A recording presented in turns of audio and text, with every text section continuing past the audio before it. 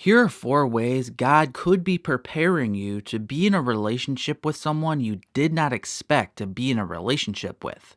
Number 1, if you have been forced to go somewhere you don't want to go, this could be a sign God is preparing you to be with someone you did not expect. When Jacob fled from Esau because he wanted to kill him, he met Rachel. When Joseph was sold as a slave and ended up in Egypt, God gave him a wife there. Moses was forced to flee from Egypt to Midian, but he met his wife Zipporah there. Ruth left home with Naomi, but when she arrived in Bethlehem, she met Boaz. And when David went to check on his brothers, he ended up fighting Goliath, which led him to marrying Solomon's daughter. Likewise, sometimes we are forced to move to a new city, switch churches, move jobs, or find a new group of friends. And in these unexpected changes in life, God often introduces us to new people. Sometimes one of these new people will end up being your future spouse. Number 2, if you are finally letting go of someone you thought was the one, this is a good sign God is preparing you to be with someone you did not expect. If you believe you know who the one is, but you're not even dating this person, it's statistically more likely that this person is not the one. Of course, you could be right. I'm just pointing out the realistic odds of this person you are not dating being the one, because everyone else you are not married to could also realistically be the one as well. It's okay to think someone was the one, but to then change your mind.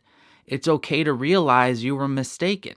In fact, the sooner you do let go of a false belief, oftentimes this leads to a quickening of you meeting the one God does have for you. As Proverbs 19:21 states, "Many are the plans in the mind of a man, but it is the purpose of the Lord that will stand." Number 3, if you're letting go of non-biblical traits you wanted in a spouse, this is a good sign God is preparing you to be with someone you did not expect.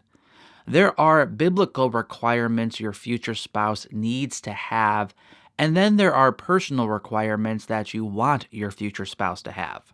God will never lead us to compromise on the biblical requirements, but He does sometimes lead us to let go of some of the personal requirements we want. For example, a lot of women want a man who is taller than them. There's nothing wrong with that, but sometimes God will lead a woman to love a man who isn't tall.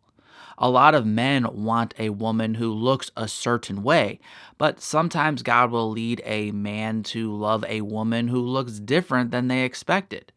Many people imagine being with someone of their own race, but many times God puts 2 people together from different races. Many people think they will marry someone who has a similar faith journey as them, but oftentimes God puts 2 people together with very different testimonies. If God is leading you to let go of some of your personal requirements for your future spouse, this is a good sign He's leading you to be with someone you did not expect. And number 4, if you had a strong sense of the details and how you would meet, date, and marry the person God has for you, God is probably preparing you to be with someone you did not expect. The only thing you should really expect is the unexpected. Life is unpredictable. As soon as you think you know what will happen, usually something different actually occurs. Only God knows the details of your future, so it's very likely you're going to meet, date, and marry the person God has for you in a different way than the way that you have come to expect. So release the reins, open your hands, and let go of all the expectations. By being open to God's story for your life and less committed to your own story you wanted for your life, you are much more likely to experience the good God wants to give you. Remember, we are characters in the story, but God is the author of our stories. As Paul wrote to the Philippians, "And I am sure of this, that He who began a good work in you will bring it to completion at the day of Jesus Christ.